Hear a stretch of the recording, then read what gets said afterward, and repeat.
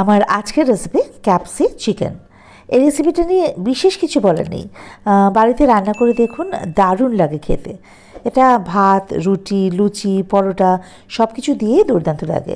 আপনারা অল্প গ্রেভিও রাখতে পারেন, আবার একটু পাতলা ঝোলও করতে পারেন, দুটোই কিন্তু খেতে অসাধারণ লাগে। তো চলুন রান্নাটা শুরু করা যাক। প্রথমে আগে কড়াইতে সাদা তেল দিয়ে দিলাম, এখানে ওই চায়ের কাপের হাফ কাপ মতো। আপনারা কিন্তু সর্ষের তেলেও রান্নাটা করে নিতে পারেন। তেলটা গরম হয়ে গেলে এতে কেটে রাখা আলুগুলো দিয়ে দেবো।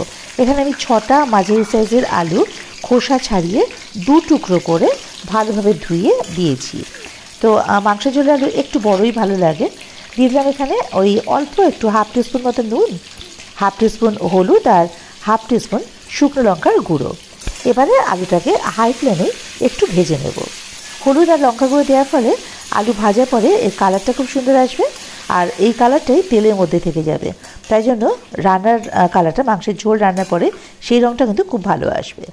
দেখুন আলুটা ভাজা হয়ে গেছে খুব ভালোভাবে। এবারে এটা তেল থেকে ঝরিয়ে তুলে নেব অন্য একটা পাত্রে। এই যে দেখুন, আলুটা ঠিক এরকমভাবে ভাজবো, এর থেকে বেশি করা কিন্তু ভাজবো না। এবার বাকি তেলে রান্নাটা সেরে নেব। ফোড়ন দিলাম গোটা জিরে 1 টিস্পুন, দিয়ে দিলাম 2টো শুকনো লঙ্কা, একটু ছিঁড়ে দিয়েছি লঙ্কাটা, আর দিলাম একটা তেজপাতা। এবারে এই ফোড়নটা কয়েক সেকেন্ড একটুখানি ভাজা ভাজা করে নেব। একটা সুন্দর ভাজা ভাজা গন্ধ বেরোলে এর মধ্যে দিয়ে দেবো পেঁয়াজ কুচি। আমি এখানে 4টে মাঝারি সাইজের পেঁয়াজ কুচি করে দিয়েছি। এবারে এই পেঁয়াজটাকে ওই হাই ফ্লেমে হালকা লাল করে ভেজে নেব। খুব বেশি কড়া করে পেঁয়াজটা ভাজার কিন্তু দরকার নেই। এই যে দেখুন পেঁয়াজ ভাজা হয়ে গেছে, আর এই যে কালারটা দেখুন। এর থেকে বেশি কড়া করে কিন্তু পেঁয়াজ এই রেসিপিটাতে ভাজবো না।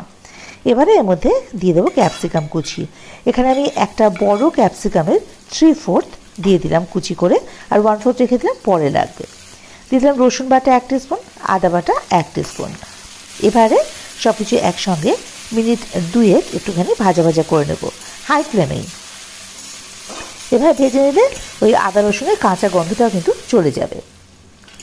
এই যে দেখুন এটা ভাজা ভাজা করা হয়ে গেছে।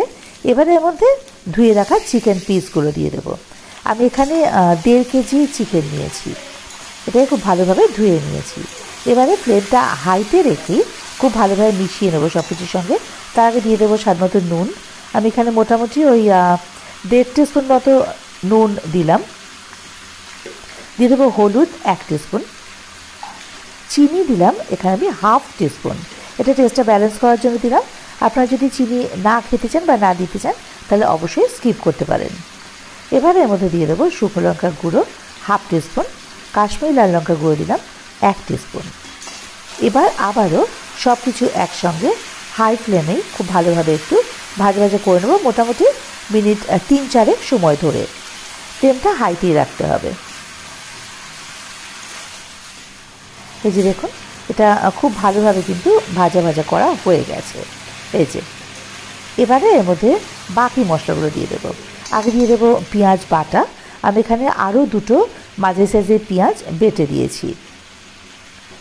দিয়ে দিলাম 1 টিস্পুন রসুন বাটা আর 1 টিস্পুন আদা বাটা।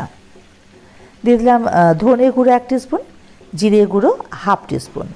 হাই ফ্লেমেই এটাকে আবারও ভালোভাবে একটু কষিয়ে নিতে হবে, মোটামুটি ওই 3-4 মিনিট সময় ধরে, যাতে মশলাগুলো চিকেনের সঙ্গে খুব ভালোভাবে কষানো হয়ে যায়। যত মশলা কষানো ভালো হবে তত কিন্তু রান্নার টেস্ট ভালো আসবে। মশলা কষানো কমপ্লিট। এবার ভেজে রাখা আলুগুলো দিয়ে দিলাম এর মধ্যে। সব কিছু একসঙ্গে ভালো করে আবার একটু মিশিয়ে দিয়ে এবার ঢাকনা দিয়ে ফ্লেমটাকে মিডিয়াম টু লোতে করে রেখে দেবো যতক্ষণ না অবধি চিকেনটা আর আলুটা সেদ্ধ হয়ে যাচ্ছে। মাঝে মাঝে ঢাকা খুলে অবশ্যই এটা নেড়ে দিতে হবে। দেখুন মিনিট 15 বাদে ঢাকাটা খুলে দিয়েছি। এই যে কতটা তেল ছেড়ে দিয়েছি, দেখেছেন তো? খুব ভালোভাবে কিন্তু চিকেনটা কষানো হয়ে গেছে আর সেদ্ধ হয়ে গেছে ভালোভাবে। এই যে দেখুন হাত থেকে মাংসটা খুলে খুলে বেরিয়ে আসছে, তার মানে সেদ্ধটাও কিন্তু মাংসটা খুব ভালোভাবে কমপ্লিট। আপনার ফ্লেভারেই বুঝতে পারবেন যে কষানো হয়ে গেছে। এই যে এবারে এর মধ্যে ওই বাকি যে 1/4 রেখে দিয়েছিলাম ক্যাপসিকামে, সেই ক্যাপসিকাম কুচিটা দিয়ে দেবো। দিয়ে মিনিট খানেক মতো একটু ভালো করে মিশিয়ে নেব এই চিকেনের সাথে। খুব ভালোভাবে মেশানো হয়ে গেলে এবারে দিয়ে দেবো আমি জল গ্রেভির জন্য। আপনারা যে যেরকম গ্রেভি রাখতে চান সেই অনুযায়ী কিন্তু জলের পরিমাণটা দেবেন। ফ্লেমটাকে এবারে হাইতে করে দিতে হবে আর এটাকে এবারে ফুটতে দিতে হবে ওই মিনিট 2 মতো, কারণ চিকেন তো সেদ্ধই হয়ে গেছে, মশলাও খুব ভালোভাবে কষানো কমপ্লিট। এবার এটা খুব ভালোভাবে ফুটে উঠলেই হবে। দেখুন এটা খুব ভালোভাবে কিন্তু ফুটে গেছে। এবারে এর মধ্যে দিয়ে দেবো আমরা গরম মশলার গুঁড়ো। এখানে 1 টিস্পুন মতো গরম মশলার গুঁড়ো দিয়ে দিলাম। ভালোভাবে সব কিছু মিশিয়ে দেবো আগে। মোটামুটি কিন্তু চিকেন রান্না হয়েই এসছে। এবারে ফ্লেমটাকে অফ করে ঢাকা দিয়ে স্ট্যান্ডিং টাইমে রেখে দেবো মিনিট 2। মিনিট 2 পর ঢাকাটা খুলে নেব। এই যে দেখুন রেডি। এবারে ওপর থেকে ধনেপাতা কুচি ছড়িয়ে দিলেই ব্যাস আমাদের চিকেন রান্না কমপ্লিট। তো কেমন লাগলো রেসিপিটা আমাকে কিন্তু কমেন্ট বক্সে জানাতে ভুলবেন না। ভালো লাগলে অবশ্যই আমার চ্যানেলটা সাবস্ক্রাইব করে আমার পাশে থাকার অনুরোধ রইল, আর বেল আইকনটা ক্লিক করে দেবেন ফার্দার নোটিফিকেশানের জন্য। আর আমার পাশে থাকার জন্য, আমার রান্নাটা পুরোটা দেখার জন্য আপনাদের সবাইকে অসংখ্য ধন্যবাদ।